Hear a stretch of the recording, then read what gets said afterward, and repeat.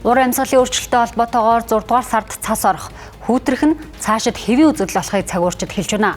Халаалтын удирлыг цаг агарын дундаж үзүүлэлтэд тулгуурлан эрчим хүчний сайд тогтоодог байна. За тэгвэл халаалтын удирлыг 9 дугаар сарын 15-наас 5 дугаар сарын 15-ны хооронд тогтоогоод 10 жил болж байна. За иймээс халаалтын удирлын хугацааг сунгах эсвэл уянгахтан зохицуулт хийх шаардлагатай байгаа юм а. За үзэгчдээ 6 дугаар сарын 20 хэдийн гарсан зуны дунд сард талдаа орсон хэдий ч Улаанбаатар хот хүйтэн хэвээр байна.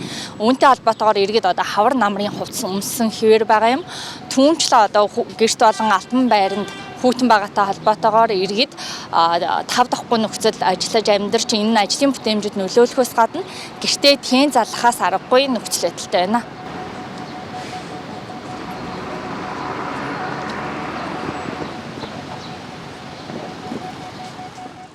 Ялхнайтан битээ би ч одоо энэ хараа өвлийнхөө хуталтай өвөнтэй энэ дээлтэй ялхнайтан хүүхдтэй усууд өндөр настай усууд яахан цусарч байна. 100 үзэх юм уугүй мэдэхгүй хүмүүс одоо тэгэл байж штэ. Халаалтынхаа үлрэрлийг одоо болдгсон бол айл айлд нь бүгдөөрэнд нь өгчөөд өөрснөө тохируулдаг юмтай байвал болж байна. Манайх бол өглөө нэг нар дөнгөж цухас хийгээл тэгэл хүйтэн болчих.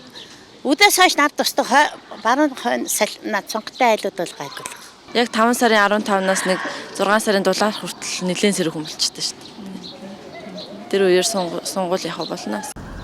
10 жилийн хугацаанд Монголын цаг агаар олон жилийн дунджаас дулаарсан хэдий ч цаг агаарын эрсдэс үзэгдэл хэд халуун болон хүйтэн өдрийн хэлбэлцэл нэмэгдэжээ.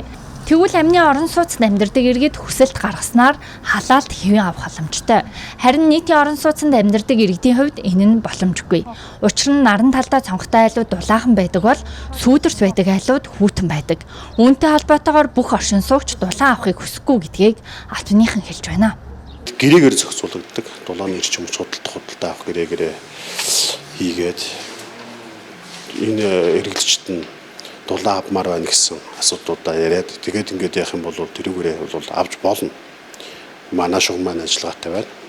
Бид нар цаашаа захиалах дулаанаа дүүтрүүг болон стандарт руугаа ийм дулаан ингэж авмаар байна гэдэг захиалга аваад. Би даасан амны орон сууцууд өөр дээрээ доороо тоногдолтой. Эдгээр бол чөлөөтэй. Халуус нь одоо бол тоноглууд нонгорхоо гэж халаалтын тоногдлыг залгаад гол нь гэрээгээр зохицуулагдаж явдаг. Нийтийн орон сууцны хувьд бол орон сууцны өдөрдох газартаа заашгүй дамжуулж илнэ. Уур амьсгалын өөрчлөлтөнд хамгийн их өртөж байгаа улсын нэг нь Монгол, тэр дундаа Улаанбаатар хот. Жилийн 4 улиралтай манайх шиг оронд 100 цас орох, өвөл бороо орох нь хэвэн үзэгдэл болно гэдгийг цаг уурч хэлж байна. Иймээс халаалтын улирлыг сүүлийн жилүүдийн цаг агаарын дундаж болон шинжлэх ухаан толгуурлан шинжилэн тогтоох, цаашлаад уян хатан зохицуулт хийх шаардлагатай юм а.